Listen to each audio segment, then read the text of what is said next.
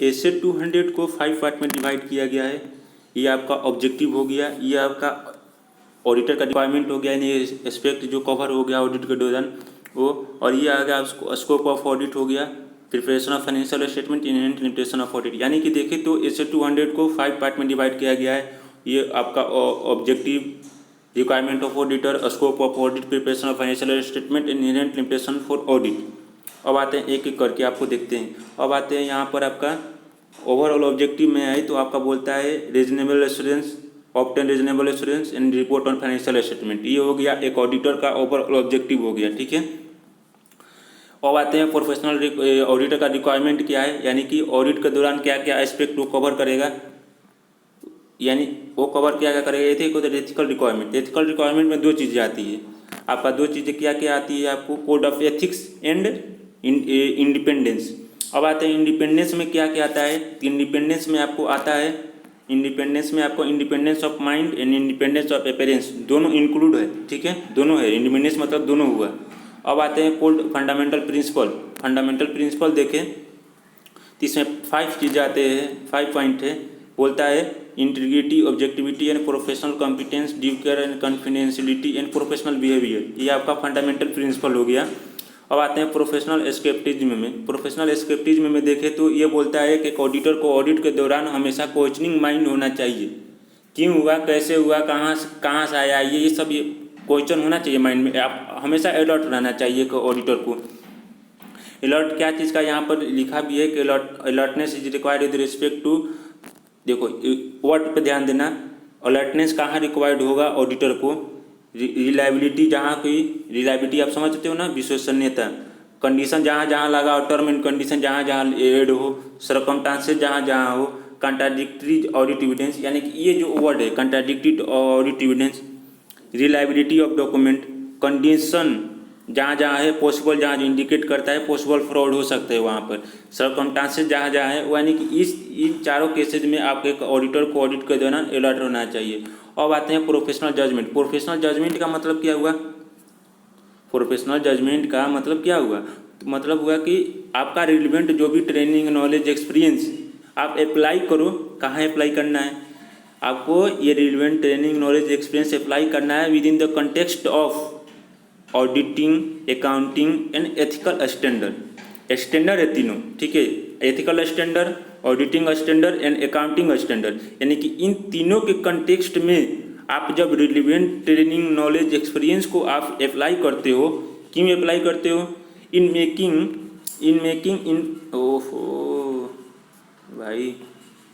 Making inform decision. Okay, इसको बोलेंगे क्या, प्रोफेशनल जजमेंट। अब आता है सवाल प्रोफेशनल जजमेंट कहाँ आवश्यकता पड़ेगा इसका, तो यहाँ पर देखो, एक minute, it is required with respect to, अब आते हैं मेटरनिटी एंड ऑडिट रिस्क के दौरान आपको प्रोफेशनल जजमेंट का काम पड़ेगा। आपको काम पड़ेगा यहाँ पर NTE यानी कि nature, timing, extent of audit procedure.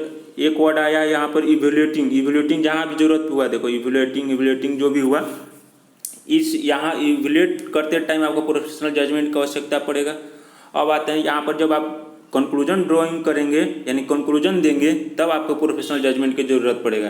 तो आप याद रखना, ठीक है, एक चीज़ याद रखना, यहाँ पर प्रोफेशनल स्केप्टिज्म में अलर्टनेस रिक्वायर्ड, ये पॉइंट लिखते टाइम आप कंफ्यूज मत हो जाना भाई। ये प्रोफेशनल ये क्या हुआ आपका, अलर्टनेस रिक्वायर्ड, यानी प्रोफेशनल स्केप्टिज्म जो है ये 4 चीज़ों पे है, contradictory, reliability and condition, circumstances. ये हो गया आपका, यहाँ पर पड़ेगा आपको प्रोफेशनल स्केप्टिज्म का। और प्रोफेशनल जजमेंट का कहाँ रिक्वायरमेंट है, इवेल्युएटिंग टाइम, कंक्लूजन जहाँ ड्रॉ कर रहे हैं वहाँ पर, और मेटरनिटी ऑडिट रिस्क के टाइम आपका प्रोफेशनल जजमेंट का जरूरत पड़ेगा। ओके, इसका ये अभी हम लोग क्या देख रहे हैं, इसमें aspect to be considered by auditor while performing audit. इसमें कितना पार्ट है, पॉइंट है, 1 2 3 4 5, यानी कि 5 पार्ट है। तो 3 देखे, और आता है sufficient and appropriate audit evidence. Sufficient and audit evidence की जरूरत है इसका एक ऑडिटर को, क्योंकि इसको ये ऑडिट रिस्क को रिड्यूस करता है, कम करता है। ऑडिट रिस्क मतलब क्या हुआ, ऑडिट रिस्क मतलब हुआ कि ऑडिटर हो सकता है अपना इनएप्रोप्रिएट ऑडिट ओपिनियन दे दे, ठीक है। तो इसको बोलते हैं ऑडिट रिस्क। ऑडिट रिस्क कम करने के लिए क्या करते हैं, ऑडिटर क्या करेगा, यानी कि सफिशिएंट एंड एप्रोप्रिएट जो है ऑडिट एविडेंस इकट्ठा करेगा। अब आते हैं एप्रोप्रिएट मतलब क्या हुआ, क्वालिटी, यानी कि जो भी एविडेंस लेगा वो क्वालिटी होना चाहिए और क्वांटिटी होना चाहिए उसका सही मात्रा में। अब आते हैं conduct of audit in accordance with SA, ठीक है। ऑडिट जो भी करेगा वो एसे के अनुसार करेगा, वो ऑल कंप्लाई ऑल एसे, सभी एसे को कंप्लाई करेगा, लेकिन ऑडिट रिपोर्ट में सिर्फ वही एसे मेंशन करेगा जो एक्चुअल में कंप्लाई किया है ऑडिट के दौरान। देखो फर्स्ट ऑफ ऑल वो ऑडिटर सभी एसे को दिमाग में रखकर ऑडिट करेगा, लेकिन ऑडिट रिपोर्ट में सिर्फ वही एसे मेंशन करेगा। ऑडिट रिपोर्ट देते टाइम मैनेजमेंट को रिपोर्ट देगा ना भाई, तो उस रिपोर्ट में सिर्फ वही ऐसे मेंशन करेगा जो एक्चुअल में कंप्लायंस किया है, ठीक है। अब आते हैं जो हर ऐसे का एक पार्टिकुलर ऑब्जेक्टिव है, तो वो तो क्या लिखा है, to achieve overall objective of audit use objective stated in individual ऐसे, यानी कि इंडिविजुअल ऐसे जो भी है उसका ऑब्जेक्टिव करेगा। अब आते हैं scope of audit. Scope of audit में क्या, एक ऑडिटर का स्कोप मतलब ऑडिट के दौरान कहाँ उसका स्कोप क्या बनता है, वो क्या करता है, ऑडिटर एग्जामिन करेगा और अपना ओपिनियन देगा, ठीक है। एग्जामिन करेगा और अपना ओपिनियन देगा। ओपिनियन देने का मतलब ये नहीं है कि भाई मैनेजमेंट एकदम फ्री हो जाए कि भाई मेरा हर चीज़ सही है, नो, क्योंकि उसमें मैनेजमेंट का भी इन्वॉल्वमेंट है।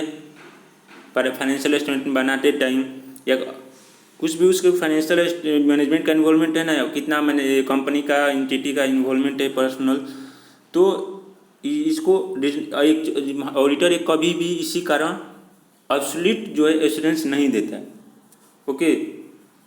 अब आते हैं preparation of financial statement. Preparation of financial statement में आता है कि मैनेजमेंट TCWG का ड्यूटी है बनाने का, और duty of management also include में फाइनेंशियल स्टेटमेंट मैनेजमेंट तो बनाएगा ही, उसके साथ ही इसका और ड्यूटी इंक्लूड है। इसमें अकाउंटिंग एस्टिमेट कौन करेगा, ये करेगा मैनेजमेंट।